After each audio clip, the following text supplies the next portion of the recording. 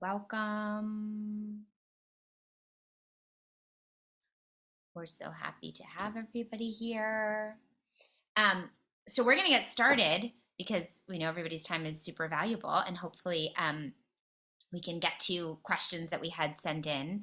I'm Mariel Benjamin. Welcome to our Preparing for Postpartum Cooper Assembly. In case you're new to Cooper, we are an online virtual parenting community designed to be the village that most of us are missing from our lives. And we specialize in small parent groups, monthly parent groups around child development, where we talk about how our children are growing and thriving and how to help promote development and also answer questions and troubleshoot. And we also host weekly assemblies like this one. So we are thrilled today to bring in outside experts and partners and a little bit of our own Cooper magic to talk about this really important topic, which I think we all agree on. You can never really be prepared for postpartum. So we'll just start the talk with not being prepared. I want all of our panelists to have an opportunity to introduce themselves. So I wonder, Nubia, I'm just randomly picking on you. Will you Sure. start us off? Sure, I would love to. Thanks for having me. My name is Nubia. I am first and foremost a mother. I'm a mother of 5. I've been through many stages of motherhood already. My oldest is 22 and my youngest is 14. So yeah, it was very interesting for a long time. But I feel like now we sort of have a rhythm, sort of, like something. Um, but professionally, I am a doula. I'm a childbirth educator and a lactation consultant. I work with families mainly in New York and New Jersey, and I help them through different stages of parenthood, starting with pregnancy, continuing through birth, and then postpartum. Just what we're here for today. So I'm excited to be here. Yay, we're excited to have you. I love you're still trying to get the rhythm at I know. 22, 14 and 22. Hopefully that helps the new parents. Yeah. Exactly, right? Yeah. That we don't, our intention today is not to add to anyone's anxiety. So if we can tell you that mine are 11 and 8 and I'm still finding, and I do this professionally and I'm still finding the magic. So Exactly. we'll all be okay with wherever we are. Yes, and I forgot to add, I'm so sorry. I forgot to add that I've been doing doula work for 12 years now. So I've supported a wide range of families, different backgrounds, different economic levels. So we are all the same. We need support. That's the universal truth. Yeah. Jennifer, can I pass it to you for introductions to Yeah, you and Chiyo? Yeah. sure. I'm Jennifer Gelorte Doro. I'm the co-founder of Chiyo. I'm also a clinical nutritionist. We make ready-to-eat meals for fertility, pregnancy, through postpartum. I'm a mother of 2. I have 11-month-old now and a 4-year-old just turned 4 on Sunday. I wish my kids were 22. That sounds to be like an exciting time because I'm very much in it right now. But yeah, happy to be here. Yay, lovely to have you. And Chloe, your turn. Hi, everyone. I'm so happy to be here today. My name's Chloe Massey. I'm a group leader at Cooper. I am also a mom to 2 boys. I have a 4.5-year-old and a 2-year-old. So I'm also very much in it. I don't know that you ever get out of it, but if you do, I look forward to that too. And I'm an educator by trade, finishing up a doctorate in education and an adjunct professor at NYU. Thrilled to be here speaking about postpartum today. Yay. So this is an amazing panel. I'm really excited to talk about, I think, postpartum and the transition to parenting from the 3 sides, the physical recovery that we don't often think about because we're just so focused on getting the baby out, right? We don't even think about that part of postpartum, the emotional connection, and then of course the nutrition. So I think it's going to be a great discussion. So I feel like a one thing we really want to start with is like a way to feel supported and empowered and good about being here in this time of life. So I just want you guys to do kind of your favorite, like, quieting all the noise, the things you've learned the most about this postpartum time and what really rises to the top as most important. Nubia, I'll start with you, but like if you've got the mom who's just thinking about the birth and not postpartum, like what are the key takeaways for postpartum that you've seen in your practice? Yeah, so I definitely feel like we need to think about creating the village, right? Because if we don't put effort before the baby's here to create our village, then it will be really difficult to do in the moment. And so part of that village definitely should be lining up, healthy meals, extra professional support to come in to see you and your baby, doula support. That's what we do on the postpartum side. And also, I think like setting the boundaries are pretty important for the village and for the family and the friends. So yeah, I think those three things are probably good things to start with. I want to leave some for them to share. Well, having done this though, you have 5 children, you said. I have Also. 5. So having done this 5 times yourself, like what do you wish you had known? I'm sure 22 years ago you didn't know what you do now and how different it felt. Like what's the key thing that's changed? Because it's so different when you practice this professionally, right? Versus when you try to apply it to yourself. I'm waiting for Jennifer to tell us that she eats Twinkies. Like I want to get that out of her. But none of us do exactly what we do professionally in our own personal life. Like, what's your take? What do you think that would be advice 22 years ago to you? I definitely should have asked for more help. Like I went through phases of waves of like asking for help and not asking for help. Like, I should be able to do this now, or, just kind of feeling guilty, I guess, asking for help. And if you don't have close family members who are available to support you, then of course you need to budget for that help, which, is a challenge for many families. Not everyone can afford to hire help. And so, yeah, I think I kind of felt guilty either way, like asking people close to me or saying we need to spend this money for extra help because it's a lot for me. But I would not feel guilty about that right now. I love After that. getting through that stage.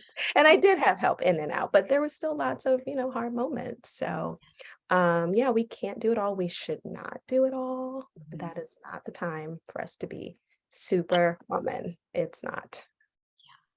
I love that. I still need to remind myself of that advice. Okay. Jennifer, to you, what would you say your top takeaway for, I guess, pregnancy into postpartum nutrition that you've learned through this journey of founding Chiyo?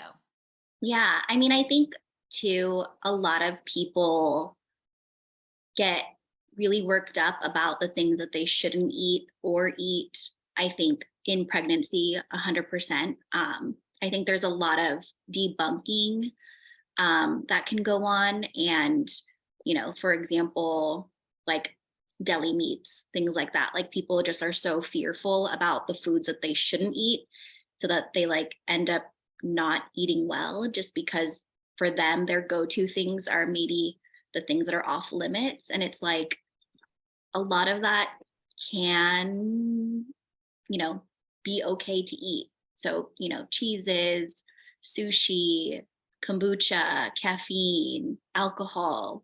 I think a lot of people need to be more intuitive and, get a better sense of like maybe what stage they're in, how they're feeling, all of those things, and kind of walk away from more of like the fear-based kind of information that maybe they're Googling or asking peers. It's like, ask a professional.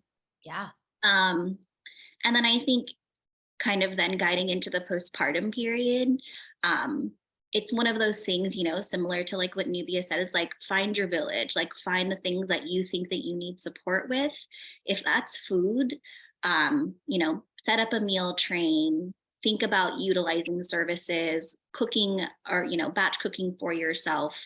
But if food is the thing that maybe, you're not a cook yourself, or maybe your partner isn't, then thinking about that, because I think so many people just forget that you have to eat and end up not eating. And then, there's then concerns of like not sleeping well, not eating well, just like a stressful environment. And if you are trying to breastfeed, how that kind of plays into a part with very limited or no nutrition at all. And really not even talking about like specific nutrients, just like eating.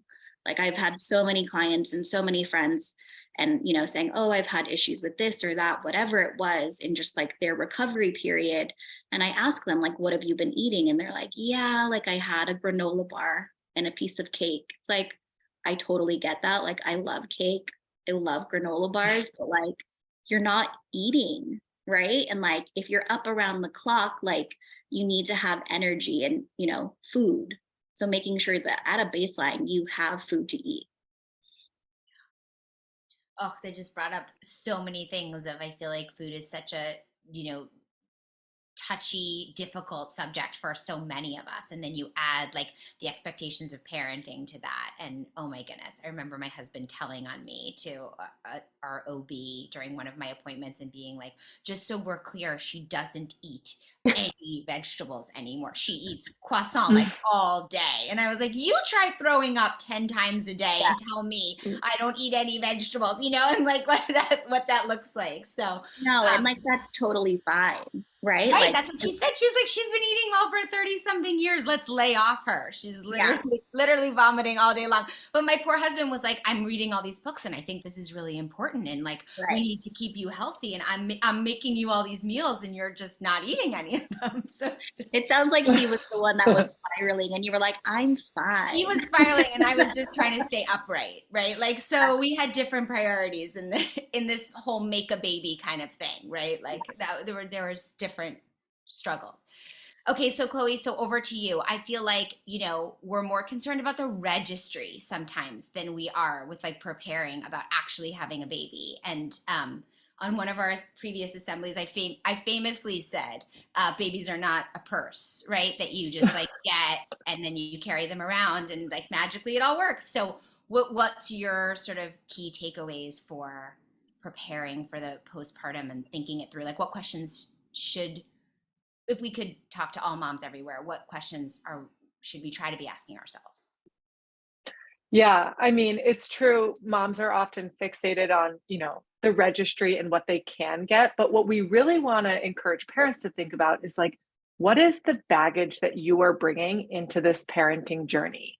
Because it can often be really, really complicated. And so actually what you should be preparing for, in the sense that you can prepare in any way, is what do those conversations look like with your co-parent or your partner, right? So something as simple as sitting down and doing a little exercise where you think about some of the traumas from your own life. Like, how did you manage those traumas, right? Another question, like, what are the qualities from your childhood that you want to bring with you into your parenting journey, right?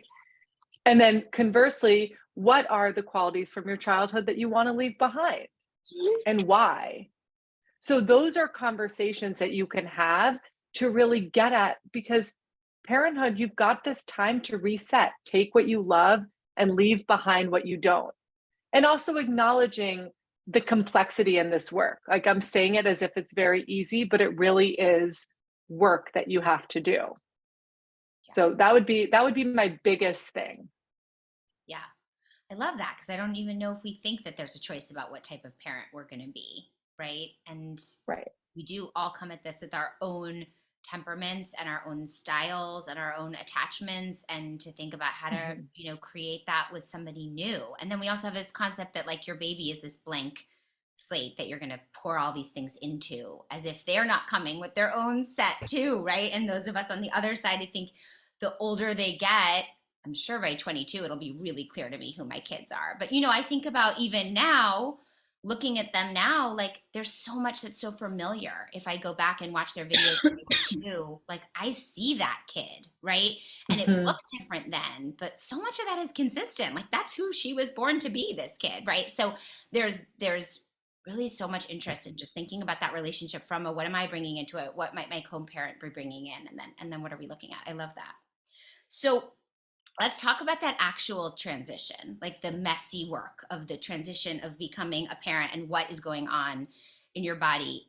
I feel like, Nubia, talk to us without all the gross bits, not all of the gory details, but talk to us about the transformation postpartum of like what that recovery and healing is really like. Because I know also culturally, we all handle that postpartum period really differently. There's like get right out of bed and go run a marathon, and there's like take care of yourself and, do a lot less. And I like, what do we really understand about that recovery? Yeah. Well, the amazing thing is that women all over the world give birth, right? No matter what country they're from.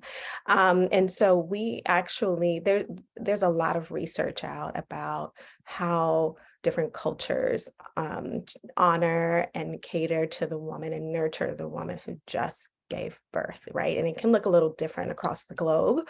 But overall, what we found is that most cultural traditions do believe that women should not be doing much but just resting and healing and taking care of their baby.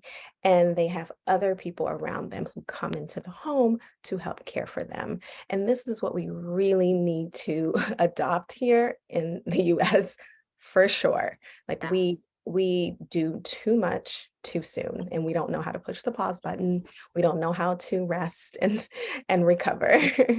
And so I do think it's great for mothers to start preparing to slow down, before like you even get close to giving birth, somehow gradually get yourself on a pace where you can sleep more. You can take just time to enjoy a meal. You can go for a nice walk, because that will be your pace when the baby comes. I think what we need to understand is that when we give birth, no matter how we give birth, by the way, it doesn't matter if a baby's born vaginally or by a cesarean, that we all have the first healing that needs to happen is from our uterus, right? Where our baby has come from, where the placenta was attached to us on our uterus.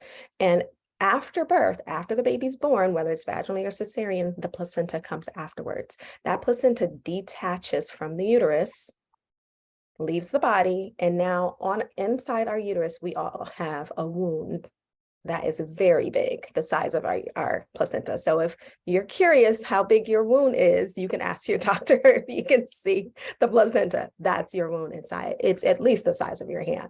And for some of us, it's double. It's like a roast.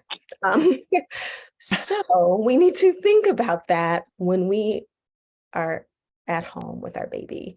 We need to rest. We need to eat nourishing foods. We need to hydrate. Yes, movement is important because we don't want to be bedridden. We want to have good flow of our blood, our oxygen. So movement is good, and we slowly can build that strength. But that should be limited to things like walking, maybe some upper body stretching, short walks, by the way, not like long walks in the park, but maybe a walk around the block or to the corner of the block. Baby steps. We have to really cherish baby steps. So yeah, it's like I have so much to say. And So many thoughts. I know. I was gonna ask you, look, what are the, I'm sure you see a lot of moms who don't take the time to think about the physical recovery and then come to you with other problems related to that, right? They've gone too far, they've pushed themselves too much. yeah. Like what, in case there's anybody out there who's not convinced that they need the time and recovery, like what do you see that women get wrong, just sort of Yeah. thinking that they don't need time? Yeah. Well, I mean, unfortunately, it's like conditioned, it's like the societal pressures, it's work, it's all these things that make us think we need to hurry up and get back to Yeah. life. And a lot of moms don't have much maternity leave to start with. But I think it's important for us to take control of that part of our lives and tell everyone around us what we really need. And the reason why is because like it can have a long-term impact on our health and our well-being. And if we don't take the time to recover, then we extend our recovery time, and our body really does tell us a lot. Like when a mom is sitting in postpartum, if she's noticing things, she really should pay attention to it. If her bleeding is starting to taper off and then it picks back up again, maybe she's doing too much. So then she really should, check in and listen to her body. A lot of times we ignore that because we're like, well, it's not about me, it's about the baby and it's about life. But the truth is, this is our uterus and it's going to be supposed to be a part of us for a really long time. And especially if we want to have more children or just be well, we want to allow the uterus time to heal. And there are there are different approaches to healing. There's sitz baths where you can use herbs. There's yoni steaming where you can use herbs. There's abdominal massage, heat, lots of things that we can do to like support the process. But even if a mom did nothing and just rested and ate well, she'll feel so much better.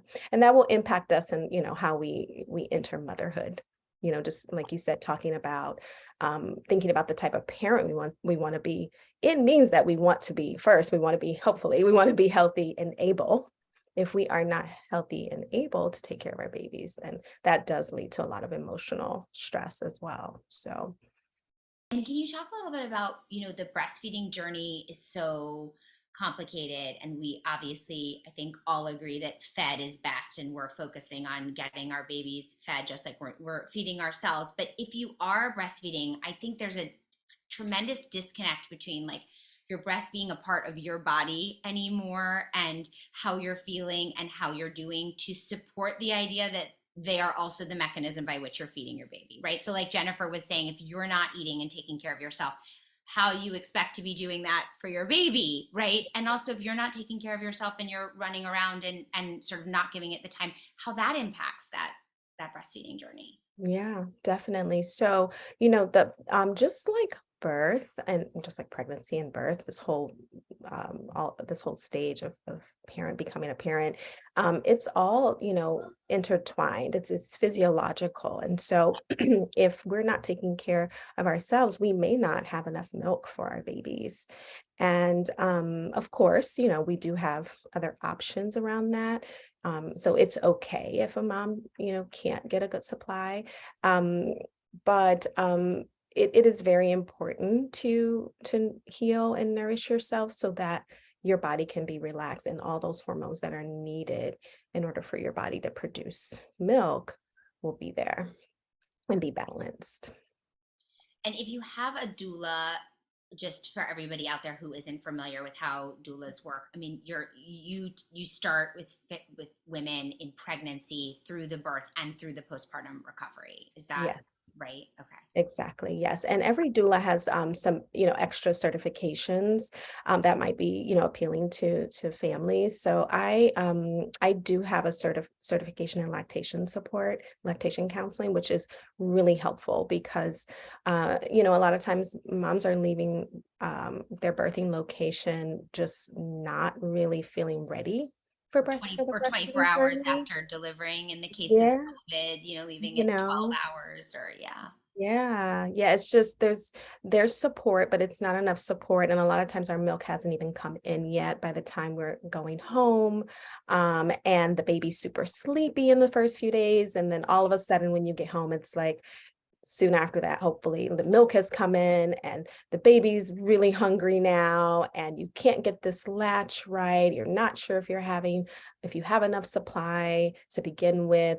You don't know how to hold this baby. If you had a C-section, that's even more complicated. So it's like all these things that go around breastfeeding it can be very, anxiety inducing for a lot of moms. So I think having that support lined up where you have a IBCLC, which is a lactation consultant, or at least a certified lactation counselor where we can help work through a lot of the minor challenges that come up. And if anything's more serious, then we can connect you with the IBCLC. So yeah, some support is great. And also, I want to say, like, for families who are interested in breastfeeding and nursing, I do, of course, I'm there for them to help them reach those goals, but sometimes we need to have a change of plans. And so the lactation, I think a lot of families may not set that up because they may think, well, I'm not going to exclusively breastfeed, but we help with feeding in general. So I help with pumping, setting up schedules for pumping. There's a lot of information that is missed and not shared around bottle feeding. A lot of times we think we just give a baby a bottle and then everything's perfect. But there are things that we notice in like how a baby eats, how fast they're eating, how slow they're eating, efficient eating for a baby is really important. You shouldn't be feeding your baby for an hour. Or an hour and 20 minutes. So, it's like a lot of things that go into feeding babies. So I think when you're thinking about having lactation support, think of it as infant feeding support because it covers all of those things.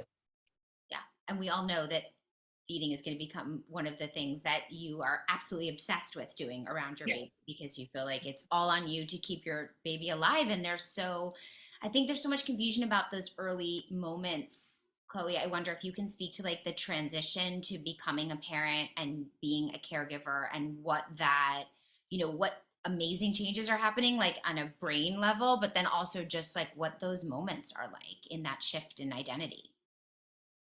Yeah. I mean, they're both huge. So first of all, there are actually changes that happen in a parent's brain when their baby is born. Basically, the brain changes to be primed for learning.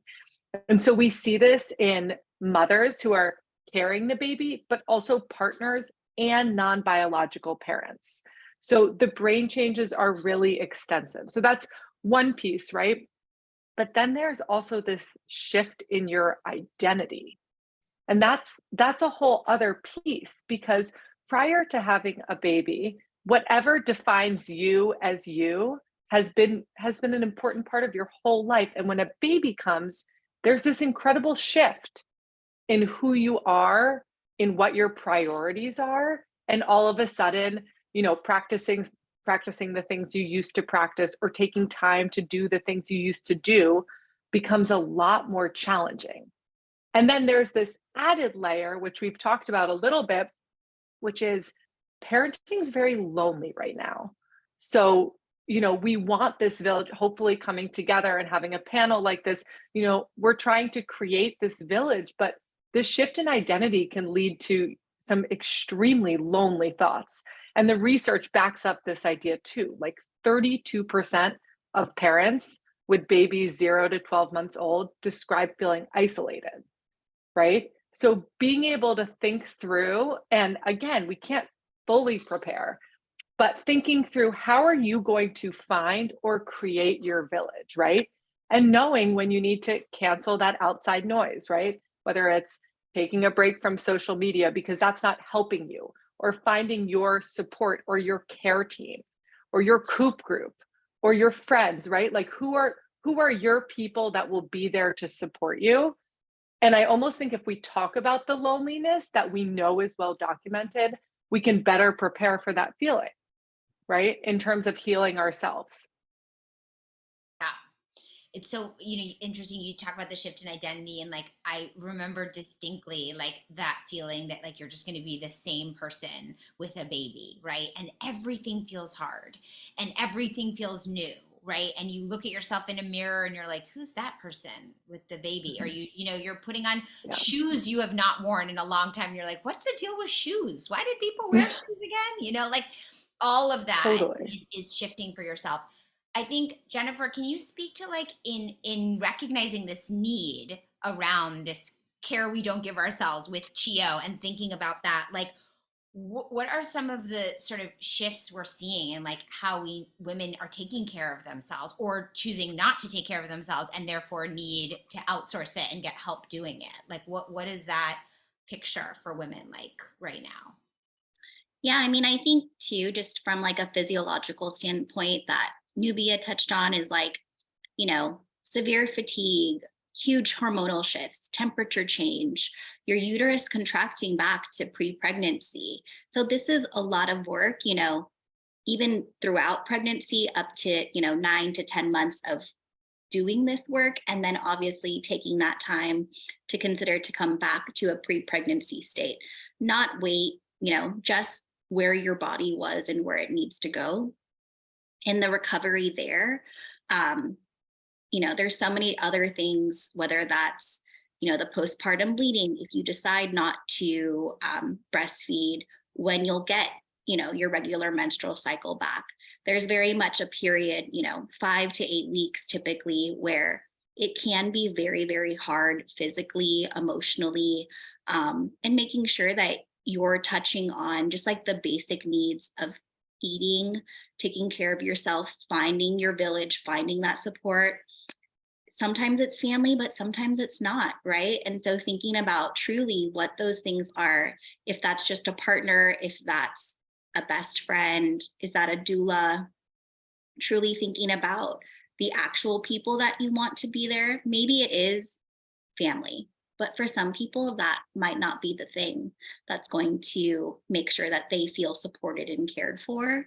So I think just having it, a realization, and it's okay if it's not the people that society tells you it should be. So, maybe you don't live near family. And so finding the pieces, whether that's doula support, something like Chiyo, coop groups that are able to give you that extra support that maybe not might be immediately next to you, but can still be a part of your village in a different way. Yeah. One of the questions that we got submitted that I think is so true is like the eating after, when people's best intentions of feeding you after in the postpartum period, and also caring so much about what you eat. How do you manage that? It's like the unsolicited advice never ends, and now it's really focused on food, and maybe culturally that's different for a lot of us depending on who our village is and what they're telling us we have to eat, and whether if we eat something, if our baby's going to have a birthmark of the thing we didn't eat. I think that's if you don't eat the craving, right? Is that urban legend or whatever that is? How do you manage all that? Like, how do you quiet that noise and take care of yourself? Yeah, I think maybe that's just starting with truly getting a sense of like what are your things that you can say no to if you feel like you have the energy to, or is that having like the safe word for your partner to be then that barrier? I mean, in-laws and extended family, that's a whole other conversation. And so, you need to have that person who's then going to be on the sidelines is able to kind of defend your space, defend your time, defend your energy. So thinking about that, I think obviously people have the best intentions. Your version of your favorite food might not be the same thing that someone might drop off with you.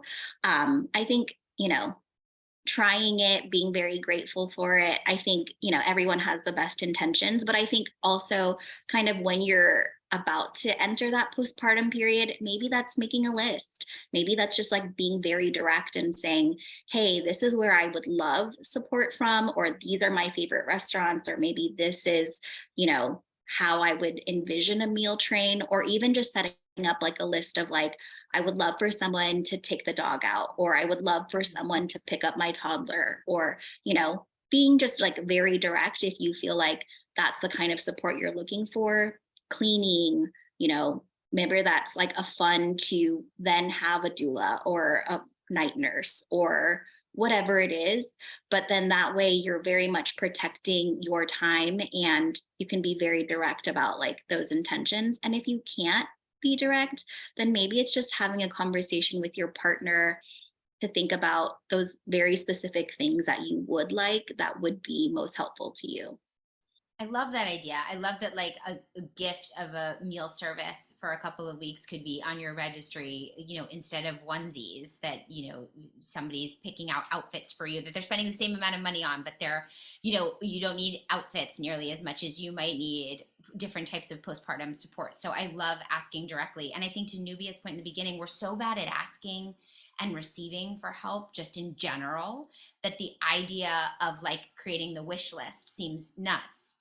except during pregnancy when you already make it and it's called a registry and you're allowed to say, I want it only in this color, right? So it's like, how could we combine these two? Like, we're afraid to do it, except in this one particular instance, we're really good at it. Let's put doulas and meal trains and coop groups on our registries like that. I feel like we would do a lot better for ourselves. Okay, we have some questions about weight loss, which, Jennifer, I'm excited to hear how you talk about weight loss in the sort of hope that it's also tied with recovery and taking care of yourself and not solely focused on weight loss. And then we have some questions around postpartum depression and anxiety, Nubia, that I would love to circle back on and like what we look for and when we get concerned, and then there's early bonding. So let's start with the weight loss stuff. What is the expected? I mean, I don't even know how to ask these questions, but like, you're concerned about weight loss. It's obviously, we all expect to not stay our pregnancy weight forever, but what does that process naturally look like for women? And how much of that is what we're eating versus, what else is going on with us? Yeah, so definitely in the immediate postpartum, as soon as you give birth to your placenta, you already lose naturally probably 10 to 15 pounds. Your placenta can be like 2 to 5 pounds depending on the size. So just thinking about that in terms of like water weight, in terms of again, your uterus kind of contracting back to pre-pregnancy size, just the regular vaginal discharge, mucus, tissues, all of that. In a natural kind of state, very much considering like low impact movement, 5 to 8 weeks postpartum, you'll just see like a very obviously like natural shift.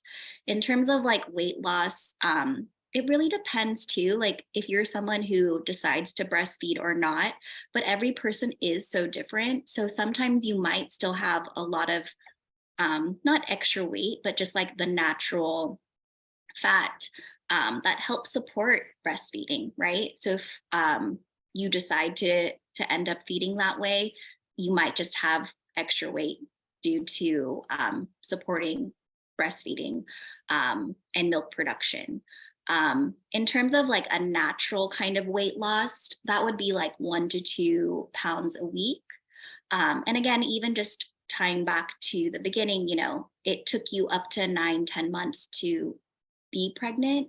So think about the weight loss in that same format, that same framework of it might take you, 9 to up to a year to lose all of that pregnancy weight. I think everyone too needs to be a little bit more gracious to themselves, very much approaching it in a way that you want to think about recovery. You want to think about how this impacts your long-term health and doing it in a way that's very gradual and very natural to you. I mean, if you're someone who was like maybe a marathon runner or an ultra athlete, like that might look different for you than someone who maybe had very like low impact workouts or maybe doesn't have like a regular workout regimen.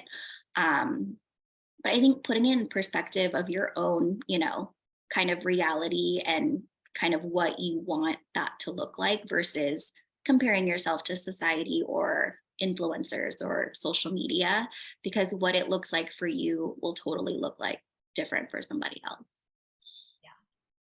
And it's great you bring up that competitive thing, because I think a lot of the questions we have about how we're going to look and how we're going to be are about those expectations that we set for ourselves. And we're so critical of ourselves all the time. And I certainly don't think social media has helped us with that. But I think that really brings us to postpartum depression and anxiety and the normal mood shifts, which is like, do we give ourselves any room to say, of course I'm going to be anxious. This isn't a huge transition in my life. Of course I'm going to have dark moments versus I'm going to be happy all the time. And what that sounds like. I don't know. I haven't yet met the person who was, actually happy all the time. So Nubia, what are you looking for as a doula, like throughout the process, that are kind of like, this is the anxiety we need to think about and get support around versus this is just preparing that you can't prepare and having that grace with yourself? Yes. Sorry, I probably should have jumped in earlier, but before I answer that, can I also just add something to what Jennifer said? It's like this whole topic around like weight loss after baby is a really big deal, for a lot of moms. And all the information she gave was great. And I just wanted to add that if a mother is planning to breastfeed, she actually does need to eat. Like her body needs an extra 500 calories to support, that the making of the milk. And she definitely shouldn't be, depriving herself of any nutrients and eating all the foods from all the food groups. But with that said, so some moms are a little concerned about that. Like, I'm working one-on-one in their home when they're in these moments of like, yes, I know I'm supposed to be eating more, but I also want to drop this baby weight. And so I have this discussion all the time with moms. Actually, the act of breastfeeding and your body making the milk, like, yes, you need to put the fuel in, but also your body burns a lot of calories from like doing nothing but just breastfeeding. So it's good for moms to know that, because I don't want them to think, oh my gosh, like breastfeeding means I'm going to gain more weight, unwanted weight, because I have to have these extra calories. And because yes, you do need the good fat, but those good fats transfer very well in our bodies and to our babies. You see those chunky, like breastfed babies, they're so cute. All babies are cute, but like the super chunky ones, it's like they got all that, fat. And so in addition to that, one more thing is that I do want to mention that pelvic floor therapy is a really good resource, and something that all moms should seek out around 6 weeks postpartum before they start on any exercise regimen that requires, any hardcore, like, workout other than like walking and stretching and yoga, because our body goes through so much, we can actually do more damage to our body if our body isn't ready for the impact. So even for those moms who were like, and I've had a lot of moms like this who are marathon runners, and they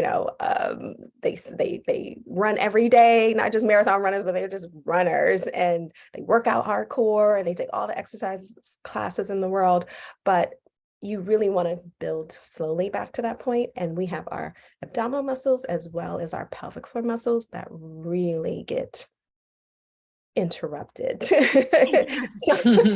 Some are weak, some are overly tight. So we need to figure out what's going on in our body on a deeper level before we get into, like, if we want to do it the right way, before we get into hardcore exercise. And actually, there's no other professional, correct me if I'm wrong, that can give you this internal information about your abdominal muscles and your pelvic floor muscles right after birth. Your OB won't do it, not the midwife, not your lactation counselor, your doula, no one, just pelvic floor therapists. Highly recommend. It's a new upcoming topic of information. So I'm telling everyone. So does that mean that I have a reason that I don't exercise because I was never cleared by a pelvic floor specialist all these years later? Can I still say that's what I'm not working Yeah, out? you were playing it safe, and I don't think That could there's be my anything new wrong thing. with that. I'm just still playing it safe. Yeah. I don't have think it that's all great. clear yet. I would run that marathon with you, but I'm just waiting. I'm still recovering. Yeah. Yeah. I mean, Yeah. let's be honest, there are parts of my body that are still working on their recovery, and that's a different thing. Definitely. And I'm telling you, pelvic floor therapists, for most of it, it's Okay. so full. All right. Good to But know. Good tip. yeah. So, answering your question about the postpartum period and the emotional, well-being of moms and the whole entire family, I should say, because I do want to point out that the partners are also equally at risk of experiencing postpartum depression.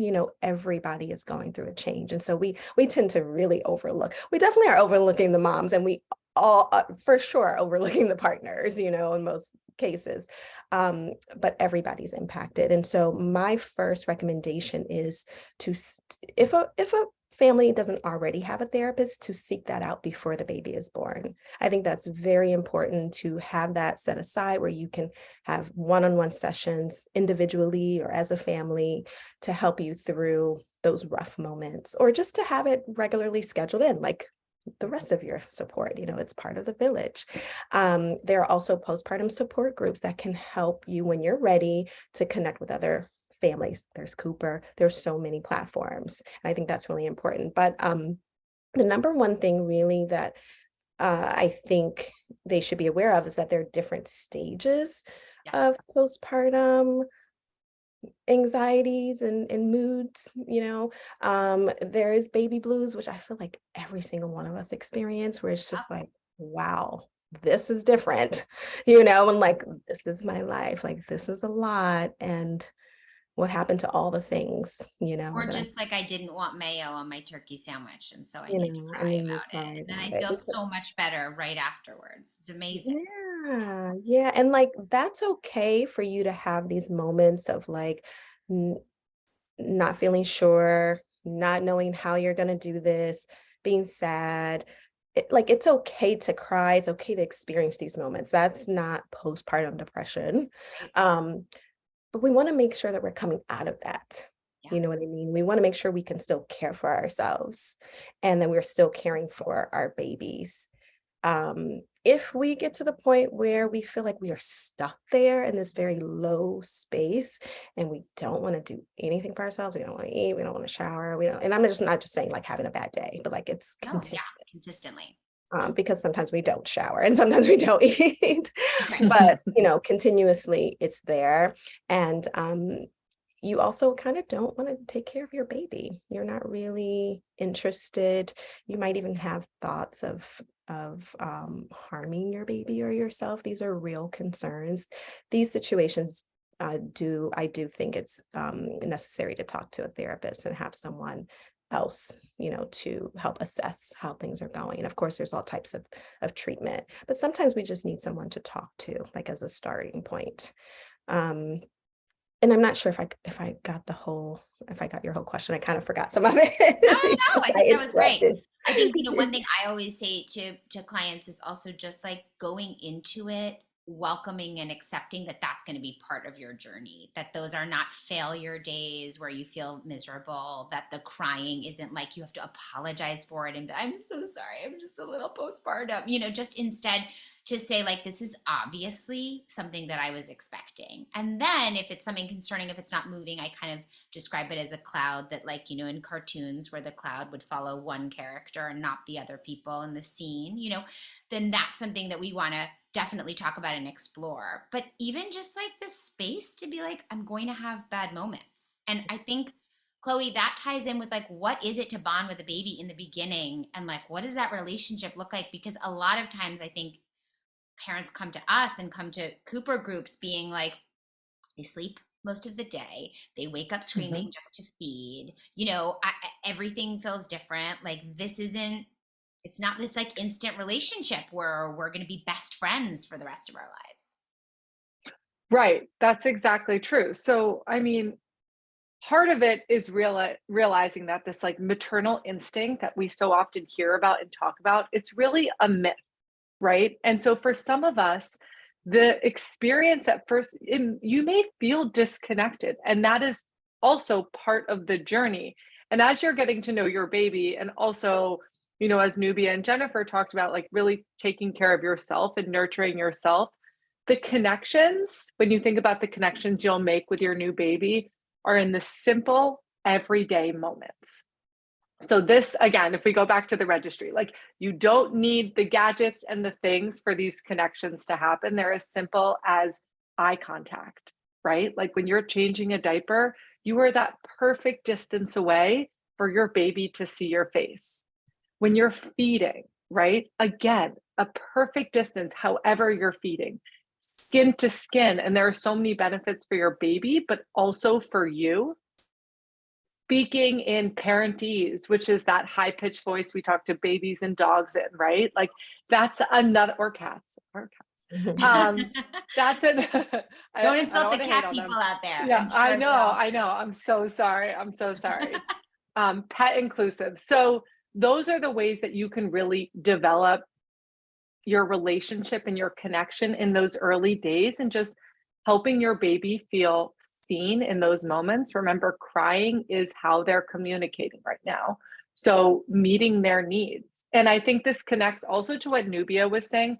There are things that can get in the way of bonding with your baby. And I think that those are moments for you to realize like extra support would be helpful. So postpartum depression and anxiety can get in the way of you bonding with your baby, right? Or generational patterns, some of the trauma that we bring from the way we were raised, that can also get in the way. That's why so much of the work, like I talked about earlier, is actually the conversation before you become a parent. What am I bringing in? What's my baggage, right? And then just other small things that can get in the way. I feel like I have to say, electronics, they can be really great tools and let us communicate with people we love who live far away, but also they can take away us being present and responsive caregivers. So just knowing when it's time to turn it off, right? Knowing when electronics are interrupting those moments. And then finally, just identifying like what are your triggers or your pain points. So when you become a parent, you'll start to realize like there are going to be some things that just tick you off, right? Maybe it's when you're watching someone else take care of your baby, or maybe it's the sound of your baby's cry, which by the way, it's very okay to have that be a pain point. It is a response. It's there on purpose. We are supposed to respond to the cry. So thinking about these everyday connections and knowing that if things are getting in the way, it is okay. And that's a good time to seek extra support from your village that we've been talking about. Yeah. So I know we're almost at time and I want everybody to find out where to find you guys to learn more, which I think is it. If there's one takeaway, it's that like, we can all be your village, and so you need all these parts, and you need to think about all these parts in advance and get on that. I think that one like other big thing we've talked about that I just want to emphasize is like forgiveness and grace and space for yourself, that there is not one right. I would never want anyone to come to any talk where any of us were and leave thinking there's a right way to do it or a right way to plan. I think we've all said, and I'll say it again to make sure it's on the recording multiple times, but there's not one right way to do this, and everybody's journey looks different, and the competitive thoughts about how pregnancy or postpartum should look are not helpful to any of us. So we've given you collective permission to quiet the noise. And that said, Jennifer, starting with you, where can listeners, viewers, people in the virtual world find you and Chiyo and learn more? Yeah, our website is wearechiyo.com, same as our Instagram. So that's where you can find us, message us. We're around all the time, even if you just have general questions about nutrition or, resources, referrals. We love to just help anyone truly, even if we're not a part of your village, we can find people who want to be. Does the whole family get meals? Can you get Get family add-ons. Feed your partner at the same time as you feed yourself? Totally. That's good. You can tell I have a partner who's really concerned about the eating, so we'll always make sure it's covered. I love that. Nubia, how about finding you and more about Doula Viva? Yeah, you can find me at doulavivabirths.com. I'm also on Instagram, where I have lots of fun little pictures of families that I support, as Doula Viva Births, Doula Viva _births. And I do want to say that, even if someone is not in the New York and New Jersey area, I do sometimes travel a little bit, outside of that area, but I also offer virtual support. Of course, that's not the exact same as in person, but if someone just wanted to start with some virtual support sessions, or maybe they don't really know where to go and like creating and setting up doula support, I'm happy to have a consultation with anyone. And there's also a great doula directory. Actually, there are a lot of them, but the main one, which has been out the longest, is doulamatch.net.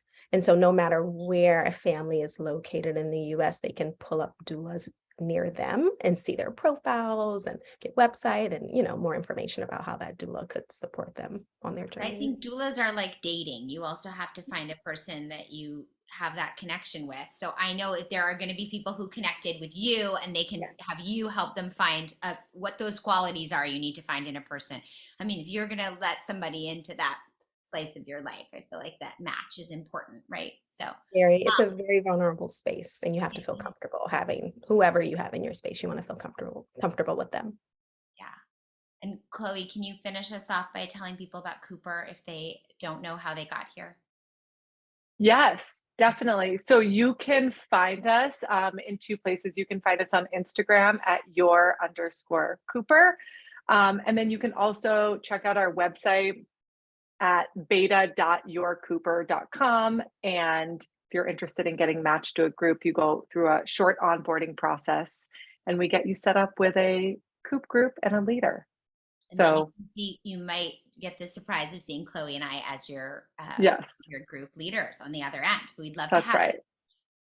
This was so great, ladies. Thank you everyone for participating. It was so wonderful to meet you and be able to spend this time together. I hope it was fun for you. It was fun for me, so I had a good time. And hopefully for yes, postpartum. Who doesn't want to talk about it? Right? Thank you so much, and I wish everybody a wonderful, peaceful, restful day. It's not Monday anymore, so it's better than a Monday. Yeah. Better. Yeah. I don't even know what day it is. I think it's Tuesday. It's mommyhood. Oh, okay. I'm pretty sure it's Okay. Tuesday all day. But we'll see. Who knows? It's mommyhood, as you said. Thank you guys. It was so nice to meet you. Nice Bye, meeting everybody. Take care. Thanks, everybody, for coming. Bye. Bye.